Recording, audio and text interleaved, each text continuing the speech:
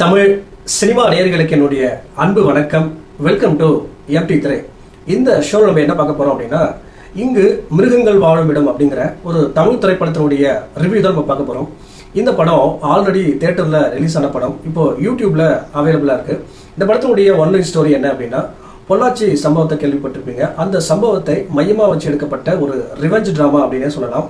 இந்த படத்தினுடைய ஆரம்பத்திலே ஒரு குரூப் ஆஃப் பாய்ஸை காட்டுறாங்க. இவங்க என்ன பண்றாங்க அப்படின்னா, பெண்களை ஏமாத்தி பழகுறாங்க. பிறகு ஒரு குழுவா அந்த பெண்ணை அனுபவிக்கிறாங்க. அது மட்டும் இல்லாம அந்தரங்க வீடியோக்களை எடுத்து மிரட்டுறாங்க. இப்படி இருக்கக்கூடிய அந்த குழுவில் ஒரு பையன் ஹீரோயினோட ரிலேஷன்ஷிப்ல இருக்கான். ஹீரோயின் பேர் வந்து பாத்தீங்கன்னா ஜான்சி. ஜான்சி பொறுத்த வரைக்கும் அம்மா அப்பாவோட ஒரு அமைதியான வாழ்க்கை வாழ்ந்துட்டு இருக்கா. ஜான்சியுடைய அம்மாவுக்கு ஜான்சி தான் உலகமே. அப்படி இருக்கக்கூடிய சூழ்நிலையில எப்படியாவது அந்த குழுவில் இருக்க ஒரு நபர் ஜான்சியை ஏமாத்தணும் அப்படின்ற மாதிரி நினைக்கிறான். பட் அது நடக்கல. ஆனா ஒரு கட்டத்துல ஜான்சி ஏமாந்து போறாங்க.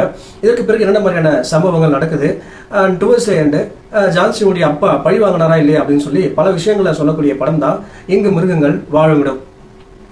இந்த படத்துல பத்தி சொல்லணும் அப்படின்னா, குறிப்பா பொள்ளாச்சி சம்பவம் அப்படிங்கிறது ரொம்ப சென்சிட்டிவான விஷயம். அதை ரிப்ளிகேட் பண்ற மாதிரியான ஒரு கதைக்களம். அதுக்கேற்ற மாதிரி ஒரு சில காட்சிகள் ரொம்ப இம்பாக்ட்ஃபுல்லாகவே அமைச்சிருப்பாங்க. குறிப்பாக ஜான்சி இறந்துட்டாங்க அப்படிங்கிற அந்த சீனை அறிவித்த போது ஜான்சியுடைய அப்பா கதறி அழுகுற சீன் இருக்கு இல்லையா, அது ரொம்ப தாக்கத்தை ஏற்படுத்தக்கூடியதாக இருந்துச்சு. அதே போல் இந்த சிஸ்டத்தில் ஒரு சில நேர்மையான அதிகாரிகளும் இருக்காங்க அப்படின்னு சொல்லி ஒரு சில நேர்மையான கதாபாத்திரங்கள் காட்டியிருப்பாங்க. அதுவுமே ரொம்ப நீட்டாக இருந்துச்சு.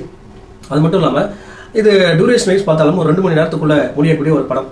எனக்கு இந்த படத்தில் பிரச்சனைப்பட்டது என்ன அப்படின்னா, இந்த படத்தில் சொல்ல வந்த விஷயத்த ஏற்கனவே நிறைய படங்கள்லாம் சொல்லியிருக்காங்க. அதுவும் படம் பிரம்மாண்டமாகவும் ரொம்ப இம்பாக்ட்ஃபுல்லாகவும் சொல்லியிருப்பாங்க. ஆனால் இந்த படத்தில் நார்மலாகவும் சொல்லலை, படம் பிரம்மாண்டமாகவும் சொல்லலை, ஒரு மாதிரி சொல்லியிருப்பாங்க.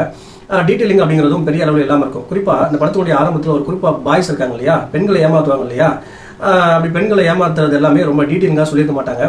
அதே மாதிரி ஜான்சியுடைய அப்பா அந்த ரிவெஞ்ச் மோடுக்கு போறாரு இல்லையா, பழி வாங்குறதுக்கு, அதுவுமே பெரிய அளவில் பெரிய வித்தியாசம் அப்படிங்கிறது எதுவுமே இருக்காது. அந்த ரிவெஞ்ச் எடுக்கிறதுல ஒரு நார்மலான படமாக தான் இருக்கும்.